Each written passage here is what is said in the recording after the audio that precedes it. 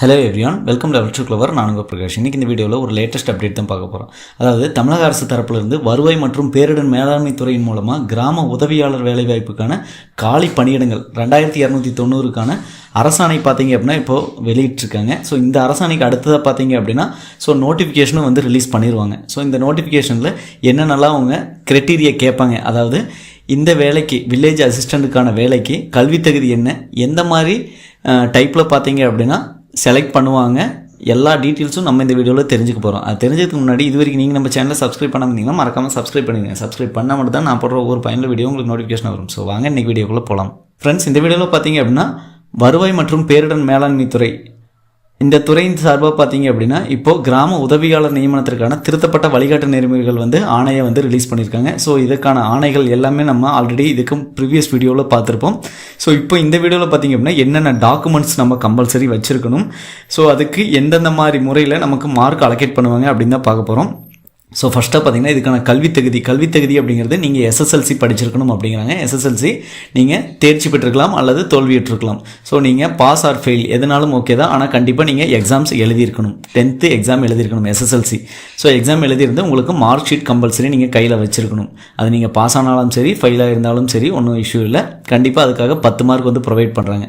அதற்கடுத்தா பார்த்தீங்கன்னா மிதிவண்டி அல்லது இருசக்கர வாகனம், மோட்டார் வாகனம் ஓட்டும் திறன் இருந்தது அப்படிங்கிற பட்சத்தில் உங்களுக்கு 2 வீலர் லைசன்ஸ் இருந்தாவே உங்களுக்கு 10 மார்க் அப்படியே எக்ஸாக்டாக கொடுத்துருவாங்க. சப்போஸ் உங்களுக்கு இந்த 2 வீலர் லைசன்ஸு அல்லது மிதிவண்டி ஓட்ட தெரியல அப்படிங்கிற பட்சத்தில் ஸோ அவங்க பார்த்தீங்க அப்படின்னா தேர்வும் கண்டக்ட் பண்ணுவாங்க. ஸோ அதில் நீங்கள் பார்த்தீங்க அப்படின்னா ஓட்டி பழகிற மாதிரி இருக்கும், அதாவது ஓட்டி காட்டணுமா அவங்கள்ட்ட, ஓகேங்களா? ஸோ அப்படி ஓட்டி காட்டிட்டீங்க, உங்கள்கிட்ட சர்டிஃபிகேட் இல்லை அப்படின்னாலுமே உங்களுக்கு 10 மதிப்பெண் கொடுத்துருவாங்க. அதுக்கடுத்த மூணாவதாக வாசித்தல் மற்றும் எழுத்துத்திறன், வாசிக்கும் திறனுக்கான தேர்வு, அதாவது தமிழில் பார்த்தீங்க அப்படின்னா ஒரு பேராகிராஃப் மாதிரி கொடுத்துருவாங்க. ஸோ அதை பார்த்தீங்க அப்படின்னா நீங்கள் வாசிக்கணும், சரிங்களா? அதுக்கு 15 மார்க் ப்ரொவைட் பண்ணுவாங்க. அதே மாதிரி எழுதுத்திறனுக்கான தேர்வு, ஸோ உங்களுக்கு ஒரு பேப்பர் கொடுத்துருவாங்க. அந்த பேப்பரில் பார்த்தீங்கன்னா அவங்க வந்து டிக்டேட் பண்ணுறதை நீங்கள் அப்படியே எழுதுகிற மாதிரி இருக்கும், ஓகேங்களா? ஸோ நேர்காணல் காணும் குழுவின் முன் வாசித்திட மற்றும் எழுதிட வேண்டும் அப்படின்னு சொல்கிறாங்க. ஸோ அந்த குழுவுக்கு முன்னாடி நீங்கள் வாசிக்கணும் ப்ளஸ் எழுதணும், ஓகேங்களா? இதுக்கு 30 மதிப்பெண் கொடுக்குறாங்க. ஸோ அதுக்கடுத்து பார்த்தீங்கன்னா வசிப்பிடம், தற்போது முகவரி சான்றிதழும் உறுதிப்படுத்தப்பட வேண்டும், நேட்டிவிட்டி சர்டிஃபிகேட் கம்பல்சரி வேணும், ஓகேங்களா? ஸோ இதில் பார்த்தீங்க அப்படின்னா சம்மந்தப்பட்ட கிராமத்தில் வசிப்பராக இருந்தீங்க அப்படிங்கிற பட்சத்தில் உங்களுக்கு 35 மதிப்பெண் கொடுத்துருவாங்க. ஸோ ஏங்கிற ஒரு கிராமத்தில் வேக்கண்ட் இருக்குது வில்லேஜ் அசிஸ்டன்ட் அப்படின்னா அதுக்கு நீங்கள் அப்ளை பண்ணுறீங்க, அதே கிராமத்தை சேர்ந்தவர்னா உங்களுக்கு 35 மதிப்பெண் கொடுத்துருவாங்க. சப்போஸ் உங்கள் கிராமத்தில் வந்து இந்த மாதிரி ஒரு போஸ்ட்டுக்கு வேக்கண்ட் இல்லை அப்படிங்கிற பட்சத்தில் நீங்கள் அந்த தாலுக்காவில் வேறு ஏதாவது வில்லேஜுக்கு நீங்கள் அப்ளை பண்ணுறீங்க வில்லேஜ் அசிஸ்டண்ட்டுக்கு அப்படின்னா கண்டிப்பாக உங்களுக்கு 30 மார்க் கொடுப்பாங்க. ஸோ ஒரு 5 மார்க் மட்டும் தான் டிவியேஷன் ஆகும், ஓகேங்களா? ஸோ இப்போ பார்த்தீங்க அப்படின்னா உங்களுக்கு மொத்தம் 85 மார்க் வந்து என்னென்ன அப்படின்னு பார்த்தாச்சு. கல்வி தகுதிக்கு 10 மார்க்கு, மிதிவண்டி அதாவது இருசக்கர வாகனம் ஓட்டும் திறன் இருந்தால் அதுக்கு 10 மார்க்கு, ஸோ வாசித்தல் மற்றும் எழுத்து திறனுக்கு 30 மார்க்கு, வசிப்பிடம் நேட்டிவிட்டி சர்டிஃபிகேட் வச்சுருந்தீங்க அப்படிங்கிற பட்சத்தில் 35 மார்க்கு. ஸோ இப்போ 85 மார்க் க்ளோஸ் ஆயிடுச்சு. அதுக்கப்புறம் நேர்காணலில் பார்த்தீங்க அப்படின்னா 3 அதிகாரிகள் இருப்பாங்க. ஸோ மொத்தம் 15 மார்க் வந்து கொடுப்பாங்க 3 அதிகாரிகளும் சேர்ந்து. ஸோ வருவாய் கோட்டாட்சியர், அதுக்கப்புறம் வட்டாட்சியர், பிற தனி வட்டாட்சியர், ஸோ அவங்க ஸ்பெஷல் ஜோன் ஆஃபீஸர் இருப்பாங்க. ஸோ அவங்க சமூக பாதுகாப்பு திட்ட அலுவலராக இருக்கலாம். ஸோ நில எடுப்பு, அதே மாதிரி நிலவரி திட்டம் அந்த ஆணையராக இருக்கலாம். ஸோ டோட்டலாக 3 ஆஃபீஸர்ஸ் பார்த்தீங்க அப்படின்னா 3 அதிகாரிகள் வந்து உங்களுக்கு 15 மார்க் 3 பேரும் வந்து கொடுப்பாங்க, ஓகேங்களா? மொத்தம் வந்து பார்த்தீங்க அப்படின்னா 45 மார்க்கில் ஆவரேஜ் எடுத்துக்குவாங்க. 15க்கு எவ்வளோ அவுட் ஆஃப் 15க்கு எவ்வளோ நீங்கள் எடுத்திருக்கீங்க அப்படின்னு. ஸோ அந்த 15ல் பார்த்தீங்க அப்படின்னா மினிமம் 6க்கு குறையாமல் எல்லாத்துக்குமே போடணும். மேக்ஸிமம் பார்த்தீங்கன்னா 12 மார்க் போடலாம் அப்படின்னு சொல்லியிருக்காங்க, ஓகேங்களா? ஸோ கண்டிப்பாக பார்த்தீங்க அப்படின்னா நம்ம சொன்ன இந்த கிரைட்டீரியா மூலம் தான் பார்த்தீங்கன்னா அவங்க எடுப்பாங்க. அதாவது 6 மதிப்பெண்கள் குறைந்தபட்சம், அதிகபட்சம் பார்த்தீங்கன்னா 12 மதிப்பெண்கள் வரை வழங்கப்பட வேண்டும் அப்படின்னு சொல்கிறாங்க.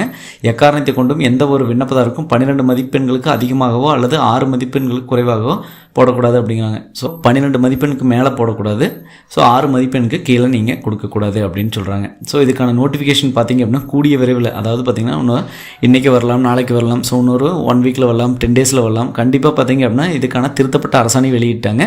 ஸோ மேக்ஸிமம் பார்த்தீங்கன்னா 10 நாட்களுக்குள்ளே இதுக்கான நோட்டிஃபிகேஷன் வந்துடும். தமிழகத்தில் 2299 வேகன்சி இருக்குது. ஸோ மாவட்ட வாரியாக எவ்வளோ வேகன்சி இருக்குதுன்னு சொல்லிட்டு நம்ம அடுத்தடுத்த வீடியோவில் பார்ப்போம். ஸோ இந்த வீடியோவில் பார்த்தீங்க அப்படின்னா ஸோ என்னென்ன கிரைட்டீரியா வேணும், அவங்களுக்கான தகுதிகள் என்னென்ன அப்படின்னு தான் நான் பார்த்தோம்.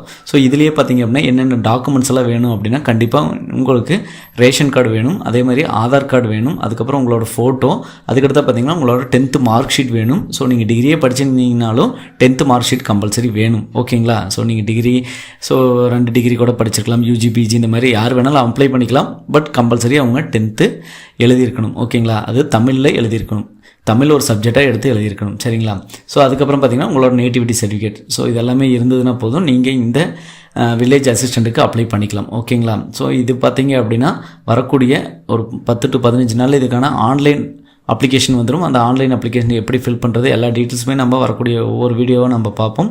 ஸோ கண்டிப்பாக இந்த வீடியோ உங்களுக்கு ஒரு உதவிகரமாக இருக்கும்னு நினைக்கிறேன். உதவிகரமாக இருந்தால் மற்றவங்களுக்கு ஷேர் பண்ணுங்கள். மற்ற வீடியோ சந்திக்கும் முறை உங்களிடமிருந்து விடைபெறுவது உங்கள் பிரகாஷ். By, take care.